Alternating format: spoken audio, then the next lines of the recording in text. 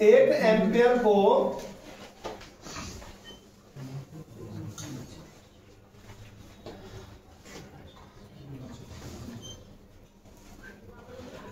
परिभाषित करो। हम पढ़ने वाले हैं 1 एम्पियर। आप ये जानते हो कि भाई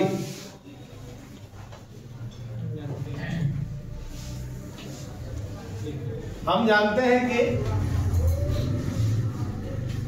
I बराबर होता है Q अपॉन के T। I बराबर क्या होता है? Q upon T। तो जो I है वो धारा है, और धारा का जो मात्रक होता है, धारा का मात्रक होता है एम्पियर। आवेश जो है ना, आवेश का मात्रक होता है कूलम। किसका मात्रक? आवेश का। और ये जो आप समय देख रहे हैं, समय का मात्रक होता है सेकंड। अब मुझे क्या करना है? मुझे 1 एम्पियर प्राप्त करना है। यहां 1 आना चाहिए, तो यहां दोनों कैसे होंगे? फिर सेम होंगे बेटा। कैसे होंगे? तो मैं यहां अगर 1 लिखता हूं तो यहां भी कितना लिखना पड़ेगा? 1 लिखना पड़ेगा। समझ में आ रही है? तो यदि किसी चालक में 1 सेकंड तक कितने आवेश दिए जाए? 1 कूलम आवेश दिया जाए तो उसमें बहने वाली धारा 1 एम्पियर होगी। समझ गए? यदि किसी चालक को 1 सेकंड तक 1 कूलम आवेश दिया जाए तो उसमें बहने वाली धारा 1 एम्पियर होगी। समझ गए? या फिर आप लोगों ने फर्स्ट चैप्टर में पढ़ा भी है सबने, और ये क्वेश्चन भी कराया है मैंने। 1 कूलम आवेश में कितने इलेक्ट्रॉन होते हैं? कराया था कि नहीं स्टार्टिंग में? 1 कूलम आवेश में कितने इलेक्ट्रॉन होते हैं? तो 1 कूलम आवेश में होते हैं 6.25 गुणा 10 की घात 18 इलेक्ट्रॉन। कितने? 6.25 गुणा 10 की घात 18 इलेक्ट्रॉन।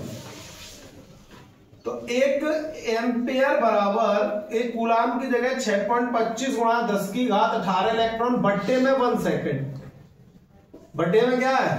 1 सेकंड। समझ में आया कि यदि किसी चालक में 1 सेकंड तक 6.25 गुणा 10 की घात 18 इलेक्ट्रॉन प्रवाहित होते हैं तो उसमें बहने वाली धारा 1 एम्पियर होगी। कोई सी तरीके से बोलो।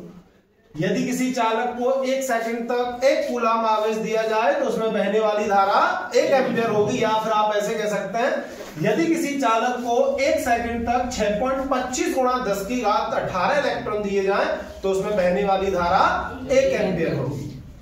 बोली जाए, लिखो।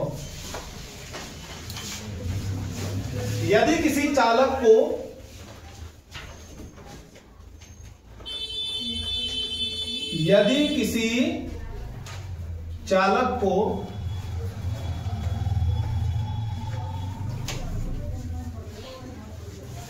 एक सेकंड तक 1 कूलम आवेश या 6.25 गुणा 10 की घात 18 इलेक्ट्रॉन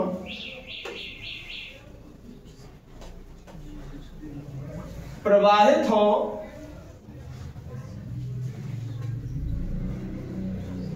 तो उसमें बहने वाली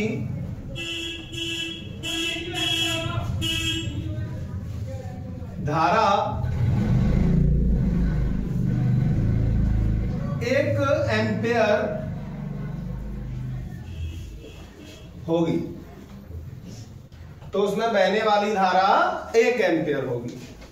ये जो मैं यहां तुम्हें पढ़ा रहा हूं, ये जो हमारी वीडियो यूट्यूब पे जा रही है उसके